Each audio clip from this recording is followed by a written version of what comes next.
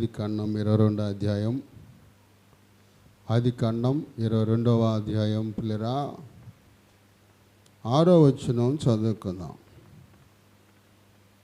దహన బలుకు కట్టెలు తీసుకొని తన కుమారుని ఇస్సాకును తన చేతితో నిప్పి కత్తిని పట్టుకొని ప్రయాణమై ఇద్దరు కూడా వెళ్ళుచుండగా ఇస్సాకు తన తండ్రి అయిన అబ్రహాముతో నా తండ్రి అని పిలిచెను. అందుకు ఏమి నా కుమారుడా అనెను. అప్పుడు నిప్పులు కట్టెలు ఉన్నవి కానీ దహన బలికి గొర్రెపిల్ల ఏది అని అడగగా అబ్రహాము నా కుమారుడా, దేవుడే దహన బలికి గొర్రెపిల్లని చూచుకొనును అని చెప్పాను. ప్రార్థన చేసుకున్నాం. పరిశుద్ధుడా నీకు వందనాలు. ప్రేమ నమ్మకైన మా తండ్రి నీకు స్తోత్రాలు. చదవబడిన భాగంలో విరిచి మాకు వడ్డించమని ఇదిగో తండ్రి సమీపంగా వచ్చిన బిడ్డలతోనూ నాయనా ఈ శబ్దంతో ద్వారా వింటున్న బిడ్డలతోనూ అయా ఇదిగో తండ్రి నాయనా మరి వీడియో చూస్తున్న బిడ్డలతోనూ ప్రతి ఒక్కరితో మాట్లాడమని యేసు నామములో అడుగుచున్నాం తండ్రి, ఆమేన్. మళ్ళీ ఒకసారి చదువుదాం.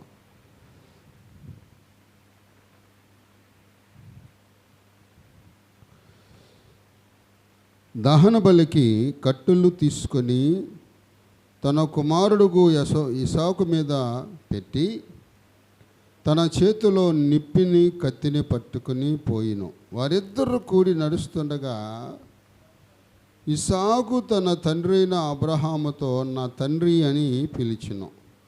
అందుకు అతడు ఏమి నా కుమారుడా అని. అప్పుడు అతడు నిప్పులు కట్టెలు ఉన్నవి కానీ దహన బలికి గొర్రెపిల్ల ఏది అని అడగగా అబ్రహాము నా కుమారుడా, దేవుడే దహన బలికి గొర్రెపిల్లను చూచుకోను అని చెప్పాను. పిల్లలు ఇక్కడ చూడండి, ఈ అబ్రహాంకి భయంకరమైన పరీక్ష ఎదురైంది. ఏనంట, ఒకసారి దేవుడు మనల్ని ప్రేమించే దాన్ని ఏదైతే మనం బాగా ప్రేమిస్తామో దాన్ని అడుగుతాడు. ఇక్కడ అబ్రహాముకి లేక పుట్టిన కుమారుడు. ఈ కుమారుని లేక పుట్టిన కుమారుని ఎట చూసుకుంటారు చెప్పండి.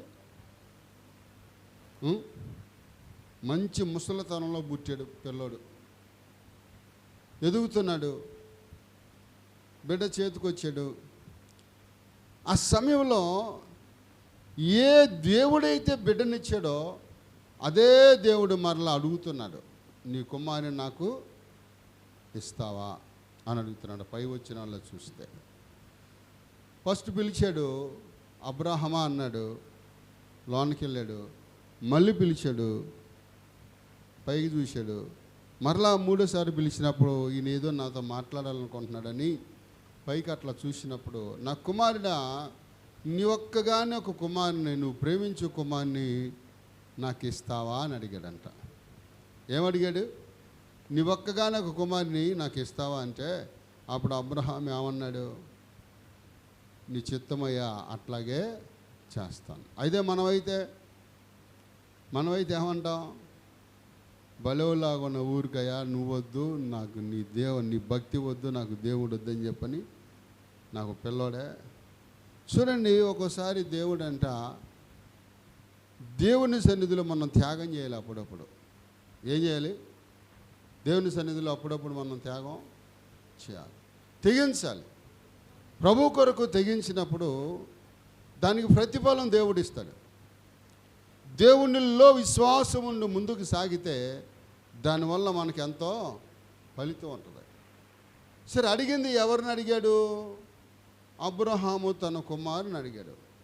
సరే, కుమారుని అడిగినప్పుడు, అయ్యా నీ ఎదురుగా ఉన్న మోరేబీ కొండ మీదకి వెళ్ళి అక్కడ నీ కుమారుని దహన బలిగా ఇవ్వు, నీ కుమారుని అడుగుతున్నాను అన్నాడు.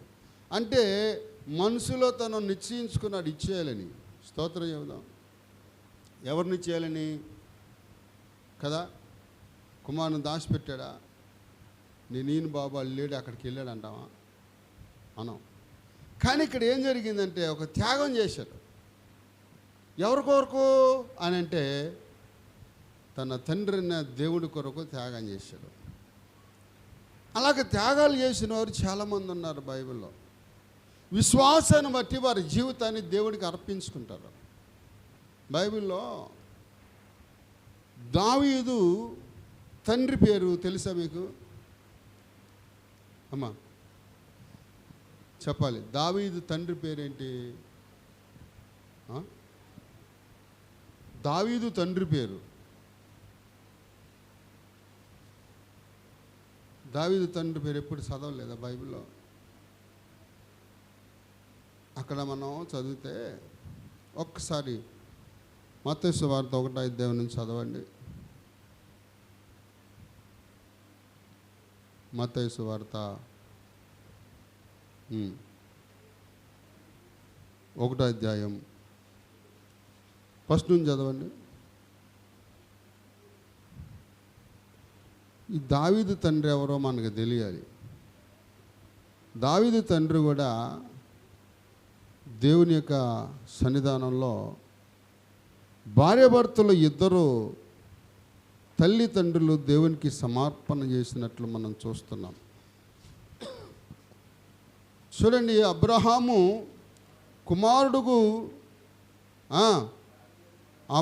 కుమారుడుకు దావీదు కుమారుడైన యేసుక్రీస్తు వంశావళి గ్రంథం ఇది. యోదా తామారు పెరేసు జెరహుం కనును, పెరేసు ఎన్సోన్ కనును, ఎన్సోను అరామును కనును, అరాము అమినాదాబును కనును, అమినాదాబు నైసోనును కనును, నైసోన్ సిల్కాను కనును, సిల్కాను రాహాబును కనును. బోయోజు యందు బోయోజును కనును, బోయోజు యందు రూతునందు ఒబేదేదును కన్ను, ఒబేదేదం యెషయాని కన్నును, యెషయా రాజైన దావీదును కనును. ఇప్పుడు చెప్పండి, ఇప్పుడు ఎవరో దావీదు తండ్రి ఎవరో? ఇక చూడండి, పైకి చూడండి. దావీదు తండ్రి ఎవరో? యెషయా. ఈ యెషయా కూడా ఇది బైబిల్లో లేదు, కానీ బైబిల్లో లేని చరిత్ర దావీదు బాలి దినాలలో. ఎవరిదంట చెప్పాలి? ఏ వ్యక్తులైతే దేవుని కొరకు త్యాగం చేయడానికి ఇష్టపడతారో, విశ్వాసాన్ని బట్టి తన జీవితాన్ని దేవుడికి అర్పించుకొని విశ్వాసంలో నిలకడగలిగి ఉంటారో, వాళ్ళ జీవితాల్లో అనేకమైన అద్భుతాలు దేవుడు చేస్తారు. హల్లెలూయా. ఇక్కడ దావీదు తండ్రి ఎవరో ఇప్పుడు మనకు అర్థమైంది కదా వాక్యం చదివిన తర్వాత. ఎవరంటే దావీదు తండ్రి ఎవరో చదివారుగా, చెప్పటానికి ఏమైంది? యెషయా. మరి దావీదు తల్లి పేరు లేదు ఎందుకని? తండ్రి పేరు ఉంది, తల్లి పేరు లేదు. నువ్వు ఆదికాండం మొదలుకొని ప్రకటన గ్రంథం అంతా తిరగేసినా కూడా దావీదు తల్లి పేరు దొరకదు. ఆమె తల్లి పేరు చరిత్రలో ఉంటుంది, బైబిల్లో ఉండదు. కొంతమందికి అర్థం కాని చరిత్ర ఏంటయ్యా అంటే, దావీదు బాలి దినాలలో బహు శ్రమ పడ్డాడంట. స్తోత్ర. మామూలు శ్రమ కాదు. ఇక్కడ చూడండి, ఈ అబ్రహాం అంట కట్టెలు కొట్టి తన కుమారుడు మీద పెట్టి నిప్పులు పట్టుకుని వెళ్తున్నాడంట. ఇక్కడ మనం ఆలోచన చేసినట్లయితే ప్రభువారు కూడా మన కొరకు త్యాగం చేశాడు, చేయలేదా? ప్రభువారు కూడా మన కొరకు త్యాగము. ఏంటా త్యాగము? ఆ సిలువ ఎవరు మొయ్యాలి అని అంటే, ఎవరు మొయ్యాలి ఆ సిలువ? ఆ సిలువ భారం ఎవరిదయ్యా అంటే మందే. ఇక్కడ చూడండి, ఇసాకు మోసిన కట్టెలకును యేసు ప్రభువారు మోసిన సిలువమానికి దగ్గర సంబంధం ఉంది. అంటే ఆ తండ్రైన దేవుడు అబ్రహామును అడిగాడు, నీ కుమారుని నాకు బలిగా ఇస్తావా అంటే ఇస్తానయ్యా అన్నాడు. మరి బలి అంటే ఏంటి? కాల్చటము. తన కట్టెల మీద కుమారుని పడుకోబెట్టి తన కుమారుని మీద కట్టెలు పేర్చి దానికి నుప్పు అంటించినవే దాన్ని దహన బలి అంటారు. దహన బలికి రెడీ అయిపోయాడు, వెళ్ళిపోతూ ఉన్నాడు. ప్రభు కొరకు త్యాగం చేయడానికి అబ్రహాము తన హృదయంలో నిశ్చయించుకున్నాడు. ఎప్పుడన్నా ప్రభు కొరకు త్యాగం చేయటానికి నిశ్చయిత చేసుకున్నావా? సమయాన్ని, ధనాన్ని, లేదా కొంత ప్రయాణాన్ని త్యాగం చేసావా ప్రభు కొరకు అంటే? ఇక్కడ చూడండి, ఇక్కడ ఇతడు సమయాన్ని లెక్క చేయక, తన కుటుంబాన్ని లెక్క చేయక దేవుని వైపు చూశాడు, దేవుని మాట విన్నాడంతే. దేవుడు మాట విని తన కుమారుని ఎంటబెట్టుకొని వెళ్ళిపోతున్నాడు. ఇద్దరు తండ్రి కొడుకులు గాడిదకి గంతలు కట్టుకొని తన పనివారిని ఎంటబెట్టుకొని అబ్రహాము ప్రయాణం చేస్తున్నాడు. ఇక్కడ కూడా ఆత్మీయ జీవితంలో దావీదు తండ్రికైన యెషయాకి భయంకరమైన శోధన ఎదురైందంట ఆ కాలంలో. ఇంకప్పటికి దావీదు పుట్టల. అమ్మ వినాలి, దావీదు పుట్టల. ఈ చరిత్ర బైబిల్లో లేదు. అయితే ఆ రోజుల్లో ఇశ్రాయేలు ప్రజల్లోని ఒక సభ, అది చాలా ప్రాముఖ్యమైన సభ. ఆ సభ జరగటం ఇప్పుడు మనకు అసెంబ్లీలో గెలిచినప్పుడు వర్షాకాలం సమావేశాలని, శీతాకాలం సమావేశాలని మొదలవుతాయి కదా. అట్లాగే ఇశ్రాయేలు ప్రజల్లో కూడా ఆ కాలాన్ని బట్టి కొన్ని సభలు ప్రారంభించబడేవి అంట. ఆ సభల్లో మరి కొంతమందిని ఎన్నుకునేవాళ్ళు. ఎవరైతే దాన్ని సామర్థ్యం కలిగిన వారు ఉంటారో వారిని ఎన్నుకునేటప్పుడు ఆ లెక్కల్లో యెషయా వచ్చాడంట. జాగ్రత్తగా నాలి, చరిత్ర బైబిల్లో ఉండదు. ఇది మనం కూడా ఎక్కడ వినున్నాం. స్తోత్రం చెబుదాం.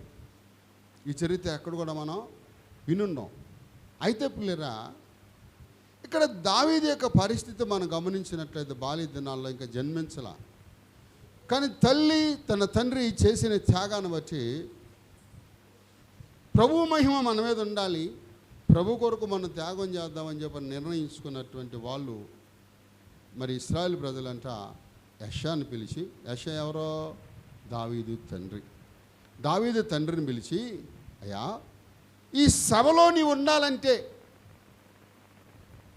ఈ సభలో ఎవరు పడితే వాళ్ళు ఉండకూడదు,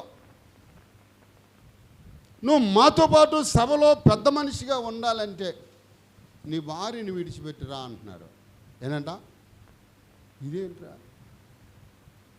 నీకు సభ కావాలా, ఇశ్రాయేలుతో నీకు స్నేహం కావాలా, పదవి కావాలా, నీ భార్య కావాలా? హల్లెలూయా. ఏం చేయాలి చెప్పండి? వాళ్ళు అడుగుతున్నారు ఇశ్రాయేలు. ఆ సభలో నువ్వు ఉండాలి అంటే నీ భార్యని విడిచిపెట్టు అన్నాడు. తన భార్యని ఎందుకు విడిచిపెట్టాలి? ఈ సభలో పెద్దగా ఉండటానికి భార్యకి సంబంధం ఏంటి అని ఆలోచన చేస్తే, దేవుడు పరీక్షించాలనుకున్నాడు అబ్రహాముని. పరీక్ష వేరే రూపంగా పెట్టవచ్చు కదా. కుమారుని ఎందుకు అడగాలి చెప్పాలి. కుమారుని ఎందుకు అడగాలి అని అంటే, ఏమో చాలా కాలం తర్వాత వృద్ధాపంలో పుట్టిన కుమారుని మీద తన ప్రేమ పెంచుకొని నన్ను విడిచిపెడతాడేమో. స్తోత్రం చెబుదామా? అసలే నేను అబ్రహాం మీద చాలా ఆశలు పెట్టుకున్నామా. అసలే నేను అబ్రహాం మీద చాలా ఆశలు పెట్టుకున్నాను. ఏంటి ఆశలు? ఇప్పుడు మన బిడ్డ ఉన్నాడండి, బిడ్డ దిగుతున్నప్పుడు బిడ్డ మీద తల్లిదండ్రులకి ఇన్ని ఆశలు ఉంటాయి చెప్పండి. నిద్రపోయే స్తోత్రం చెబుదాం గట్టిగా చెప్పాలి. బిడ్డ దిగుతున్నప్పుడు అటు చదువుకోవాలి, మంచి ఉద్యోగం చేసుకోవాలి, మంచి జీతం నాకు ఉండదా? ఏ తండ్రికైనా ఉంటుందా లేదా? అలాగే మన తండ్రి అయినా దేవునికి కూడా మన మీద చాలా ఆశలు ఉంటాయంట. మనం నమ్మకంగా ఉన్నప్పుడు ఆయన ఆశలు, ఆయన ఉద్దేశాలు మన మీద నెరవేరుస్తాడు. ఏంటంటే ఇప్పుడు కుమారుని అడిగాడు, దేవుడు ఏమన్నాడు కుమారు నీకు ముందు చెప్పండి. అబ్రహాంతో దేవుడు కుమారుని ఇవ్వకముందు పిలిచినప్పుడు ఏం వాగ్దానం చేశాడు గుర్తుందా ఎవరికైనా?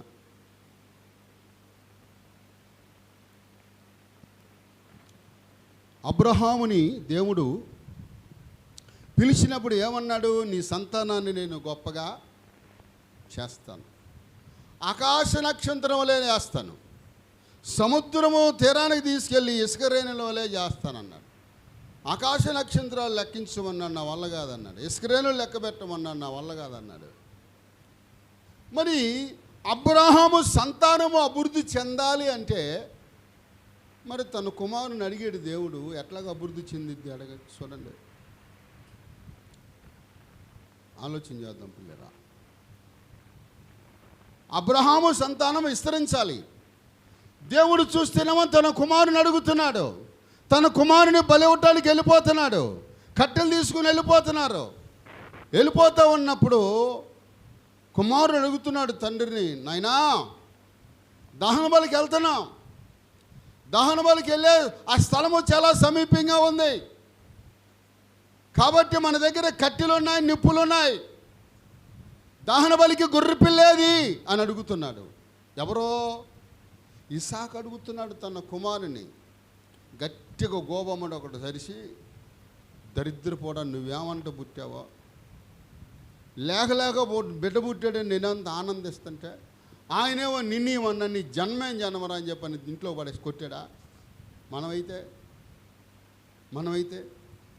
బిడ్డ వలన ఏదైనా నష్టం జరిగిందనుకో, అసలు మామూలుగా కాదు, గ్లాసుడు పాలు పోతేనే పిచ్చి కొట్టుడు కొడతాం, పిచ్చుకోకొని కొట్టినట్టు. స్తోత్రం చెబుదామా?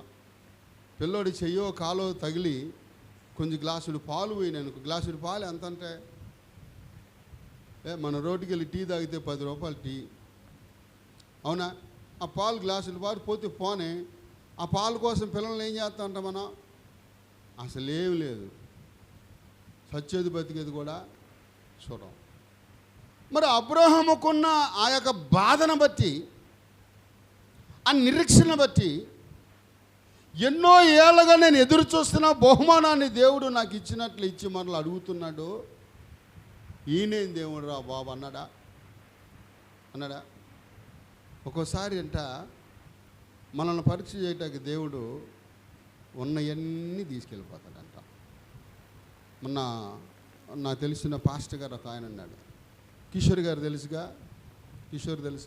మన మందిరానికి వచ్చే ఆయన పనిచేసి నాతో పాటు పనిచేసి మరి మందిరం ఓపెనింగ్ రోజు సభ నడిపాడు పాస్టర్ గారు. ఆయన సభలు పెట్టాడు. మొన్న సభలు పెడితే రాజమండ్రి దగ్గర నుంచి వచ్చాడు ఒక ఊరు ఆ ఊరు పేరు ఏదో చెప్పాడు ఆయన. గొప్ప విటుకురాలు బట్టి రోజుకు వచ్చిన కొన్ని లక్షల రూపాయలు టర్నోవర్ అయ్యంట ఆయన చేతుల్లో నుంచి. వచ్చేయే కానీ వెళ్ళేయే కానీ లక్షల రూపాయలు. అలాంటి వాళ్ళు వీధులు పడి అడుక్కుంటున్నారు, రూపాయలు లేదు, పిల్లలు అడుక్కుంటున్నారు. అంత హుందాగా బతికిన వాళ్ళు కొంపలమ్మడి తిరిగి అడుక్కుంటుంటే తండ్రి ఏం చేయలేక ఇంకా అప్పటికి ఆ లావిడి తరపోళ్ళు ఆ పిల్లకి చిన్నపిల్ల కనీసం 6-7 సంవత్సరాలు ఉన్న పిల్లకి చెవులు గుట్టించారంట. చెవులు గుచ్చి బంగారు కాళ్ళ పెట్టారు. అవి జోళ్ళు కూడా కాదు. తాగడానికి డబ్బులు లేకపోతే అవి బాగా మెలిపెడతారు కదా, వాటిని మెలిపెడతారా? పెట్టరా? ఆ మెలి చేతితో తీస్తే వస్తాయా? రావు. ఎంత తీసినా కూడా రావట్లేదని చెవు పట్టుకొని లాగేశాడంట. చెవు తెగిపోయినా నానాని దండం పెడతానన్నా, నేను చచ్చిపోతున్నాను నాన్న, నన్ను వదిలిపెట్టినన్నా, నీ త్రాగుడు కోసం నన్ను చంపేస్తావు నాన్న అంటే ఆ తండ్రి వదిలిపెట్టలా. సాక్ష్యం చెప్తా ఏడుస్తున్నాడు ఆయన. లేమి స్థితిలో ఉన్న నన్ను దేవుడు పైకి లేవనెత్తాడు. ఎందుకయ్యా అంటే నాకు అవసరమైన నేను ప్రేమించే నాకు దూరం చేశాడు దేవుడు. ప్రభువా నువ్వు నాకు కావాలయ్యా అని నేను ఆయన దగ్గరికి వెళ్ళినప్పుడు ఇప్పుడు నాకెంతో ఆస్తి ఇచ్చాడు దేవుడు. స్తోత్రం చెబుదాం. వాళ్ళ బామర్దులు కానీ వారి యొక్క మరి భార్య తరపులే కానీ తనకు కావాల్సినవన్నీ తన కారు కొనిచ్చారంట తన బామర్దులు. పిల్లరా 27 లక్షలు పెట్టి కారు కొనిచ్చారు. ఆయన సాక్ష్యం చెప్తున్నారు. ఆయన బట్టి వాళ్ళందరూ మార్పు చెందారు. మా బావ ఎంత నష్టపోయినా కూడా లోకాన్ని ఆశించలేదు, ధనాన్ని ఆశించలేదు, ప్రభువు వైపు చూశాడు. ఈయన నమ్ముకున్న దేవుడు నిజమైన దేవుడు అని ఈయన త్యాగాన్ని చూసి తన కుటుంబం వెంబడించింది. స్తోత్రం చెబుదాం. ఇప్పుడు దేవుని బిడ్డలారా, అబ్రహాము త్యాగం మామూలు త్యాగం అంత, తన కుమారుని ఇవ్వటానికి వెనకాలేదు. వెళ్ళిపోతున్నాడు. కట్టెలయ్యే నొప్పిలయ్యి ఉన్నాయి నాకు గొర్రెపిల్ల లేదంటే ఏమంటున్నాడంట, దేవుడే దహన బలికి గొర్రెపిల్లని అడిగింది ఎవరనే? కుమారుని అడిగాడు. ఈయన ఏమంటున్నాడు, దహన బలికి దేవుడే. స్తోత్ర. ఇక్కడ చూస్తే బాల్య దినంలో కూడా ఈ యెషయా కూడా ఒక విశ్వాసం ఉందంట. ఏది ఏమైనా దేవుడు మనకి మంచి రోజులు ఇస్తాడు. అబ్రహాముని ఎందుకు అంత ఇదిగా దేవుడు నమ్మకం పెట్టుకున్నాడంటే, అబ్రహాముల నుంచి ఇసాకుని తీసుకొని, బాగానాలి, ఇసాకుల నుంచి యాకోబుని తీసుకొని, యాకోబుల నుంచి ఇశ్రాయేలుని తీసుకొని, ఇశ్రాయేలుల నుంచి యోధాగోత్రాన్ని తీసుకొని, యోధాగోత్రం నుంచి యేసుప్రభుని తీసుకొని రావాలనుకున్నాడు. స్తోత్రం. అది దేవుని ప్రణాళిక. కాబట్టి ఇచ్చిన దేవుడు ఎందుకు తీసుకుంటాడంటే పరీక్ష. దేన్నైతే నువ్వు బాగా ప్రేమిస్తావో, ధనాన్ని బాగా ప్రేమిస్తావో అది లేకుండా చేస్తాడు. స్తోత్రం. దేవుని బిడ్డలారా, ఈ లోకంలో ప్రభు కంటే ఎక్కువ దేన్ని మనం ప్రేమించకూడదు. అబ్రహాం అంటున్నాడు, దహన బలికి దేవుడే గొర్రె పిల్లను చూసుకొనను. ఆయనకి నా విశ్వాసం గొప్పది. ఇప్పుడు దేవుని బిడ్డలారా, ఇక్కడ దావీదు తండ్రిని చూసినట్లయితే, నీ భార్యని విడిచిపెట్టిరామంటే ఎందుకు విడిచిపెట్టిరామన్నారు తన వారిని? ఆలోచన చేద్దాం. భర్త అయితే భార్యకి చెప్పలా, అమ్మా నేను ఒక పెద్దగా ఉండాలంటే నేను వదిలిపెడితే వాళ్ళు నాకు పెద్దరికాన్ని ఇస్తారంట, మరి ఏం చేద్దాం అనలేదు. కానీ భార్య విని, అయ్యా నా కొరకు నీకున్న మరి ఆ పదవును హుందావాదాన్ని తగ్గించుకోవద్దు, వెళ్ళిపోతాను, నువ్వు ఉండు, నీ ఆత్మీయతను లేదంటే నీ పెద్దరికాన్ని నీకున్న అధికారాన్ని కాపాడుకో, నేను వెళ్ళిపోతానంటే అప్పుడు అన్నాడంట, అట్ట కుదరదమ్మా అన్నాడంట. ఏమన్నాడు? స్తోత్రం చెబుదాం. ఒక్కసారి దేవుడు జతపరిస్తే దాన్ని ఏ మనుష్యుడు కూడా విడదీయటానికి వీలు లేదు. భర్త అంటే భరించేవాడు, భార్య అంటే బాధ్యత కలిగిన స్త్రీ. బతికించకూడదు, బజారుల్లో ఉండకూడదు. భర్త బాధ్యత కలిగి ఉండాలి, భార్య ఎలా ఉండాలి? బాధ్యత కలిగిన స్త్రీలాగా ఉండాలి. కొన్ని కుటుంబాలు అట్ట లేవు. భర్త ఏమో చెప్పాలి, బజారుల్లాగా ఉంటాడు, బాధ్యత లేదు, ఏమీ లేదు. భార్య ఏమో బతికించింది. స్తోత్రం. నోటికి ఎంత మాట వస్తే, ఎంత కోపం వస్తే అంత కోపం. స్తోత్రం. దొండుకి సమాధానం లేదు. కాబట్టి దేవుడికి లోబడి ఉంటే దేవుని సన్నిధిలో వారు విచారణ చేస్తారు. ఇక్కడ చూస్తే పిల్లరా, ఈ యెషయా భార్య ఈమె ఎందుకు వదిలిపెట్టి రామన్నారు అని అంటే, పిల్లరా వాళ్ళ ఉద్దేశం ఏంటంటే, ఈ దావీదు తల్లి ఇశ్రాయేలు జాతికి చెందింది కాదు. చెప్పాలి, ఏ జాతికి చెందింది కాదు? ఇశ్రాయేలు గోత్రానికి చెందిన అమ్మాయి కాదు. ఈ అమ్మాయి ఎవరయ్యా అంటే మోయాబీరాలు. మోయాబీరాలు ఇంకొకరు ఎవరయ్యా అంటే ఈ యెషయా తల్లి అమ్మ నాయనమ్మ ఉందే, ఎవరో యెషయాకి ఈ బోయేజు భార్య నాయనమ్మ. ఇప్పుడు ఈ పిల్లలు ఉన్నారు, ఆ పిల్లలు మీ నాయనమ్మ ఎవరైనా అడగండి, ఎవరి పేరు చెప్తారు కదా? అవునా? మీ నాయనమ్మ అంటే, మీ తాత అంటే వాళ్ళ పేర్లు చెప్తారు. కానీ యెషయా నాయనమ్మ ఎవరయ్యా అంటే రూతు. యెషయా నాయనమ్మ ఎవరో? రూతు. ఈ రూతు ఎవరో? మోయాబీరాలు. ఆ రోజుల్లో మోయాబీ దేశానికి వెళ్ళిన తర్వాత మరి నయోమికి సమస్తము కోల్పోయినాక రూతు వార్ప వాళ్ళందే, అమ్మ మీరు వెళ్ళిపోండి అన్నప్పుడు వార్ప అయితే చక్కగా ముద్దు పెట్టి వెళ్ళిపోయింది. కానీ రూతు వెళ్ళిందా? రూతు వెళ్ళిందా? చెప్పాలి, రూతు వెళ్ళిందా?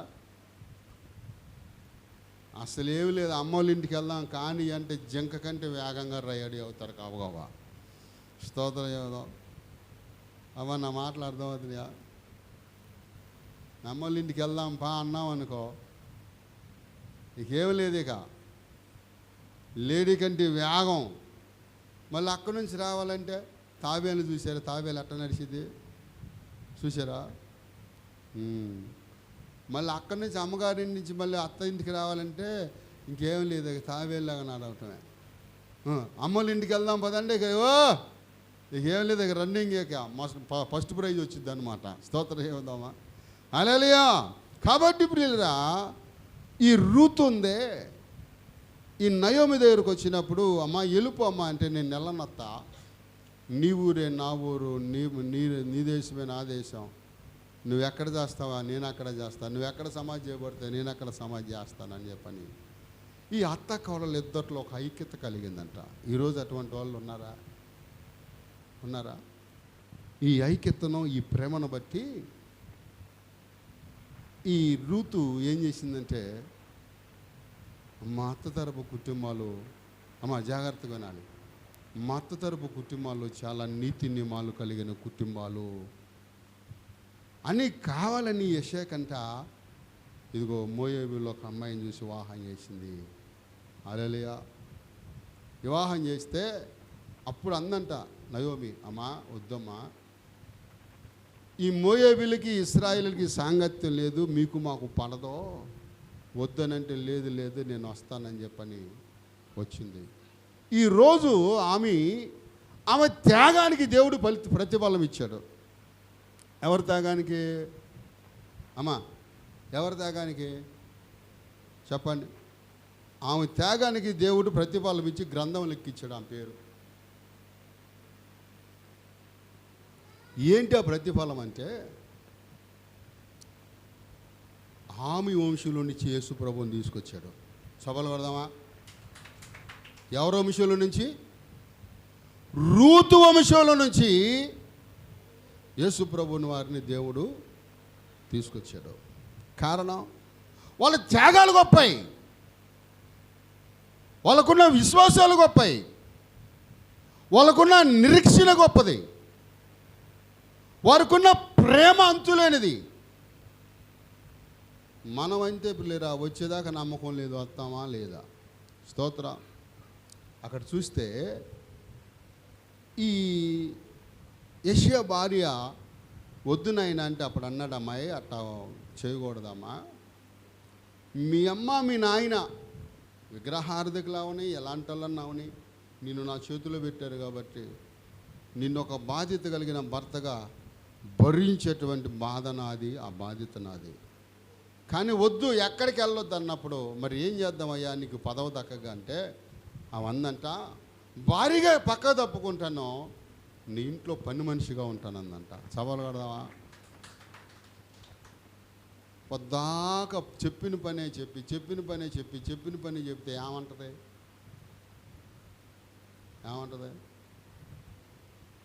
మా ఆమెకు అప్పుడప్పుడు కొంచెం ఇంట్లో పని ఎక్కువైంది అనుకో, ఈ మనందరికి నేను పని మనిషిని అయిపోయాను అంటది. ఏనా ఏమంటది? ఎవడన్నా అవసరంలా, ఈ మనందరికి నేను స్తోత్రం చేయను. కానీ ఆమె ఏమంది? భారీ స్థానాన్ని పక్కన పెట్టి ఇంట్లో పని మనిషిగా కొనసాగుతానయ్యా అని అంటే, అప్పుడు ఇంట్లో పని మనిషిగా ఉంటున్నప్పుడు అప్పుడు ఆయనకంట ఆ పదవి ఇచ్చారు. సభలో కూడా ఆ పదవి ఇచ్చిన కొన్నాళ్ళకి ఈ యెషయా భార్య గర్భవతి అయింది. ఏనండా? ఏమైంది? గర్భవతి అయింది. గర్భవతి అయినప్పుడు సమాజంలో తిరుగుతున్నప్పుడు సిగ్గుపడిందంట. ఇదే అంటారు నాయన, భార్యాభర్తల సంబంధం లేదు, పని మనిషిగా ఉంటానన్నాను, ఎవరన్నా చూస్తే అవన్నీ అనుకుంటారేమో అని అంటే, దావీదు కుమారుల్లో ఒకడు చూడనే చూశాడు. చూసి వెళ్ళిపోయి అందరికి ఊదేశాడు. అరే అమ్మ ఇట్రా అని. అప్పుడు యెషయా దగ్గరకు వచ్చి, ఇది బైబిల్లో ఉండదు, ఇదిగో ఏమో మా అమ్మగా మేము ఒప్పుకోము, మాకు ఉండటానికి వీలు లేదన్నారంటే. ఎవరినే? దావీదు తల్లిని. మాకు అవసరం లేదన్నారు. ఎరా అంటే, ఎరా అంటావేంటి, ఆమెకెళ్ళి సరిగ్గా చూడు అని అంటే, అవును గర్భవతి, ఎక్కడ తిరిగిందో అరణ్యంలో, ఎవరితో ఇదయిందో, ఏమో మా అమ్మ కాదన్నప్పుడు, అరే పిచ్చమహల్లారా, మీ అమ్మ గర్భవతి అని కారణం నేనేరా? అట్టగా అయితే ఆమెను మా తల్లిగా అంగీకరిస్తాం, కానీ పుట్టేవాడిని మా తమ్ముడిగా మేము అంగీకరించాం. స్తోత్రం. ఎందుకని? భార్యాభర్తలుగా సంబంధం తెగిపోయింది, పని మనిషిగా ఉంది కాబట్టి ఆమె త్యాగాన్ని బట్టి ఆమెను మేము తల్లిగా ఒప్పుకుంటాం. కానీ అవును కడుపును పుట్టిన బిడ్డున్నాడే దావీదుని మేము ఒప్పుకోం. సరేరా అట్లాగే. అందుకనే దావీదుని దేవుడు గొర్రెలు కాపరిగా పెట్టి ఆ తల్లిదండ్రుల త్యాగాన్ని బట్టి ఉన్నతమైన స్థానాన్ని దేవుడు ఇచ్చాడు. ఎవరికే దావీదుకి స్తోత్రం చెబుదాం. దావీదు తల్లి పేరు బైబిల్లో లేదు, చరిత్రలో ఉంటుంది. ఆమె ఎవరని చెప్పుకున్నాం? దావీదు తల్లి ఎవరో? మోయాబీరాలు. రూతు కోవకు చెందింది. రూతు కూడా మోయాబీరాలే. అయితే తల్లి పేరు ఏంటంటే ఆమె తల్లి పేరు నిజాయతు. ఏం పేరు? ఆమెకి పేరు బైబిల్లో లేదు, చరిత్రలో ఉంటుంది. దావీదు చాలా శ్రమ పడ్డాడు బాల్య దినాలలో. తండ్రి ప్రేమకు దూరం అయిపోయాడు, అన్నదమ్ముల ఆప్యాయతకు దూరం అయిపోయాడు. ఇగో అబ్రహాము పరిస్థితి ఎట్లాగా అయిపోయింది. నా బిడ్డకు ప్రేమకు నేను దూరం అవుతానేమో, నా బిడ్డనికి నేను ప్రేమించలేనేమో అని తన కన్నీరే అన్నపానముగా చేసుకొని దేవుని చిత్తాన్ని జరిగించడానికి వెళ్తున్నాడు. ఎవరో? అబ్రహాం. పిల్లరా, విశ్వాసంలో ఒక్కొక్కసారి మనకు పరీక్షలు వస్తాయి. ఆ పరీక్షలు వచ్చినప్పుడు మనం ఏం చేయాలి చెప్పాలి? ఏం చేయాలి? దానికి ఎదురు ఎదాలి. చూడండి, ఒక మాట చెప్తాను. మనం ఇప్పుడు తాబేలు గురించి చెప్పుకున్నాం కదా అమ్మా, తాబేలు గురించి చెప్పుకున్నాం కదా. ఈ తాబేలు ఎక్కడ ఉంటుంది? జాగ్రత్తగా వినాలి ఈ మాట. తాబేలు ఎక్కడ ఉంటుంది? సముద్రాలలో ఎట్లాగో తప్పి వస్తుంది పిల్ల కాలంలోకి. అంతేనా? కాలంలో ఉంటుందా? కాలంలోకి వచ్చింది, పిల్ల కాలంలోకి వచ్చింది అని అంటే అది ఎక్కడో తప్పి వచ్చింది. ఈ ఎక్కడుంటాయి అంటే సముద్రాలలో ఉంటాయి. ఈ సముద్రాలలో ఉన్నప్పుడు ఈ తాబేలు ఎప్పుడు పిల్లలను పెట్టిద్దయ్యా అంటే దానికి ఒక మరి దేవుడంట గ్రహించే శక్తి ఒకటి ఇచ్చాడంట. జరగబోయేదాన్ని ముందు అది జ్ఞాపకం చేసుకుంటుందంట. ఆ సముద్రము అలా ఒక పోటు సముద్రం నుంచి పుట్టేది. అది ఎప్పుడు పుట్టేది, అది ఎప్పుడు అలా పైకి వచ్చిందో గ్రహించి గబగబా ఒడ్డుకొచ్చేసి తన పిల్లలు పెట్టి ఆ పిల్లలంట ఇసుకలో పాతి పెట్టిద్దంట. ఎక్కడ పాతి పెట్టింది? ఇసుకలో పాతి పెట్టి వెళ్ళిపోద్దంట. వెళ్ళిపోయినప్పుడు ఈ తాబేలకు అర్థమైంది కదా సముద్రం పోటు కొన్ని రోజులకు వస్తుందని. అప్పుడు ఎప్పుడయ్యే వాటిగా నడవగలే శక్తి వస్తుందో అని ఆలోచన చేసి సముద్రం పోటు ఎప్పుడైతే వచ్చి ఇసుకను తన్నుకొని వెళ్ళిపోద్దో ఈ ఇసుకలో కప్పెట్టిన పిల్లలు ఉన్నాయే ఆ పోటుకి ఎదురు వెళ్తాయంట. సభలు కొడదామా? దీన్ని బట్టి మనకేమర్థమైంది అమ్మ? ఏమర్థమైంది? శ్రమలకి ఎదురెళ్ళిన వాడు పట్ల దేవుడు అద్భుతాలు చేస్తాడు. స్తోత్రం. ఇవి చూడండి, అలలకు ఎదురెళ్తున్నాయి. పోటులు తట్టుకోగల శక్తి వాటికి ఉంది. కానీ మనం కూడా ఏం చేయాలంటే కొన్నిసార్లు అలలకి ముందు పరిగెత్తాలి. అబ్రహాము చేసిన పని అదే, యెషయా చేసిన పని అదే. పరిగెత్తాడు. పిల్లరా, ఎన్ని శ్రమలు వచ్చినా ఎన్ని కష్టాలు వచ్చినా కొన్నిసార్లు మనకు ఒక పరీక్షలు ఎదురవుతాయి. ఒక పాస్టర్ గారంట ఊరు వెళ్ళాలి. ఆ ఊరు వెళ్ళాలని ఆయన బస్సు ఎక్కి కూర్చున్నాడు. అయ్యా నేను పలానా పెనుగంచుపల్లి వెళ్ళాలి, టికెట్ ఇవ్వు అన్నాడంట. టికెట్ ఇవ్వమంటే 100 రూపాయలు ఇచ్చాడు. ఈ కండక్టర్ గారు ఏం చేశాడంటే అమ్మ జాగ్రత్తగా నాలి 100 రూపాయలు మళ్ళీ చిల్లర ఆయనకి ఇచ్చాడంట. ఈ పాస్టర్ గారు చిల్లర లెక్క వేసుకుంటే దాన్ని 100 రూపాయలు ఉన్నాయి. ఇదేంట్రా, 10 రూపాయల టికెట్ నేను 100 రూపాయలు ఇచ్చాను కాబట్టి మరలా నాకు ఎంత రావాలి? 90 రూపాయలు రావాలి. 100 రూపాయలు ఇచ్చాడండి ఈయన. సరే ఆయన సొమ్ము మనకెందుకు, 10 రూపాయలు ఇచ్చేద్దాంలే అనుకున్నాడంట. అనుకుని లోపల అనుకుంటున్నాడు ఇటువంటి 10 రూపాయలు ఎంతమంది దగ్గర నొక్కుంటాడో ఏనాడా. ఏమనుకుంటున్నాడు? మళ్ళీ ఇచ్చేద్దామని ఒక మనసు, ఇంకో మనిషి ఏమో కండక్టర్ గారు ఎన్ని పదులు లేపు ఉంటాడు జనాల దగ్గర, చిల్లర లేదని ఈపోతే ఏమైంది అనుకుంటున్నాడంట. మళ్ళీ జేబులు పెట్టుకుంటున్నాడంట. సరే ఊరి దగ్గరికి వచ్చింది. ఏమనిపించింది ఏమో మొత్తానికి 10 రూపాయలు ఆయన చేతిలో పెట్టాడంట. చేతులు పెట్టాయా నాకు 10 రూపాయలు ఎక్కువ ఇచ్చావు నువ్వు అన్నాడంట. అప్పటి కండక్టర్ అన్నాడంట 10 రూపాయలు నీకు నేను కావాలనే ఎక్కువ ఇచ్చాను అన్నాడంట. ఎందుకని ఎందుకని నీ నీతి ఎలాంటిదో పరీక్షించడానికి. స్తోత్రం. నీ నీతి ఎలాంటిదో పరీక్షించడానికి నేనే కావాలని నీకు 10 రూపాయలు ఇచ్చాను, కానీ నీ నీతిని కాపాడుకున్నావు అన్నాడంట. సవాలు కూడా అంటే ఇప్పుడు అబ్రహాము యెషయా వాళ్ళు ఏం చేశారు? వాళ్ళ నీతిని వాళ్ళు కాపాడుకున్నారు. కనుకనే అబ్రహాము మరి తన కుమారుడి పట్ల ఎంతో గొప్ప కార్యాలు చేశాడు, ఎన్నో అద్భుతాలు చేశాడు. ఇదిగో తన కుమారుడు ఇసాకు ద్వారా ఇశ్రాయేలుని తీసుకొని ఇశ్రాయేలు ద్వారా ఎవరిని తెచ్చాడు? యూదాను తీసుకొచ్చి యూదా గోత్రం యేసు ప్రభువుని తీసుకొచ్చాడు. స్తోత్రం చెల్లిద్దాం. పిల్లరా, కొన్నిసార్లు మనకు కొన్ని పరీక్షలు వస్తాయి. ఆ పరీక్షలు మనం ఏమవ్వాలి? ఒక ఆయనంట ఎగిరెగిరి బాధ చేశాడంట మందిరంలోనే. ఏం చేశాడు? నీకు అట్ట జరిగింది ఇట్ట జరిగింది అన్నాడంట. దేవుని పట్ల విశ్వాసము కలిగి ఉండు, దేవుడు నీకు అద్భుతాలు చేస్తాడని చెప్తా ఉన్నాడంట. సరే, అంతా అయిపోయింది, ప్రార్థన చేసుకున్నారు, ఇటోళ్ళు అటు వెళ్ళిపోయారు. పాస్టర్ గారు అంటే ప్రభువా ఆరాధనగా బాగా జరిగించాను, నీకు వందనాలు ప్రభువా అని బ్యాగ్ చదువుకొని వస్తున్నప్పుడు కిటికీల నుంచి స్వరం వినపడుతుందంట.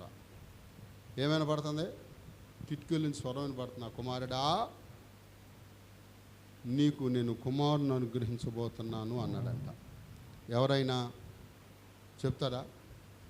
నీకు నేను కుమారుని అనుగ్రహించబోతానండి. అప్పుడు అన్నాడంట, ఊరికయ్యా నువ్వు బలోలాగా ఉన్నావు, నేను చూస్తేనేమో వృద్ధాపులు ఉన్నాను, మాయామేమో ముసలితనంలో ఉంది, ఎట్టా ఇది సాధ్యపడిద్ది ప్రభువా అంటే, అయ్ నా మాట ఇను అన్నాడంట. లేదు, ఊరికా నువ్వు బలోలాగా ఉన్నాడు.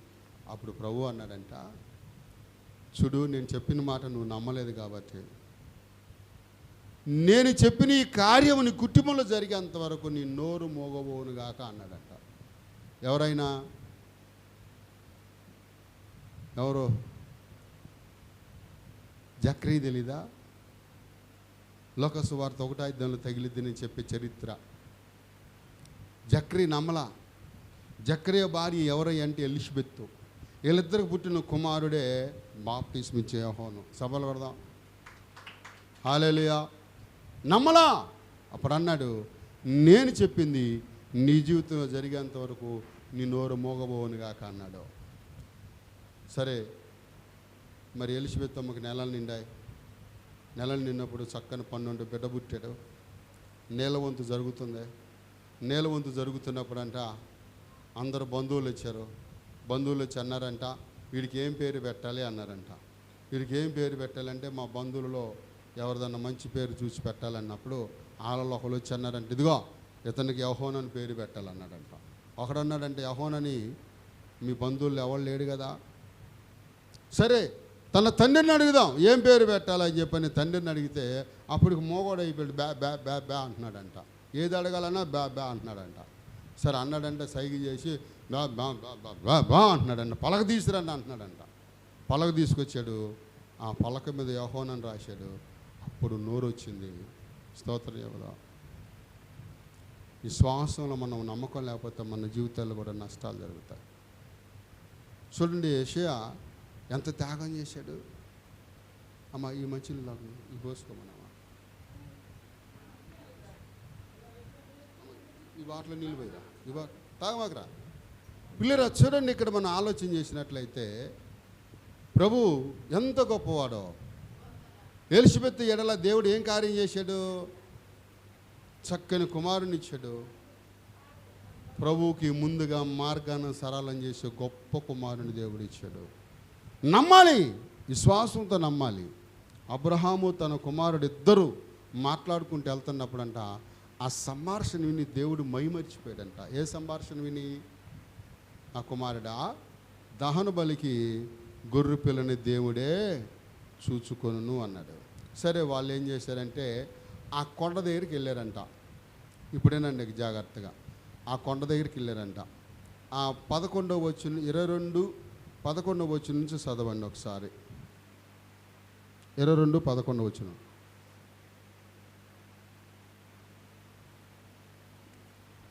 ఆదికాండం. యెహోవా దూత పరలోకము నుండి అబ్రహామా అబ్రహామా అని తనను పిలిచెను. అందుకతడు చిత్తం ప్రభువా అనిను. అప్పుడు ఆయన ఆ చిన్న పిల్లవాడి మీద చెయ్యవేయకము, అతని ఏమీ చేయకము, నీకు ఒక్కడైనను నీ కుమారుని నాకు ఇవిట వెనక తిరగలేదు, కానీ నీవు దేవునికి భయపడి వాడేవని నేను ఎరుగుదును, ఇందువలన నాకు తెలియను.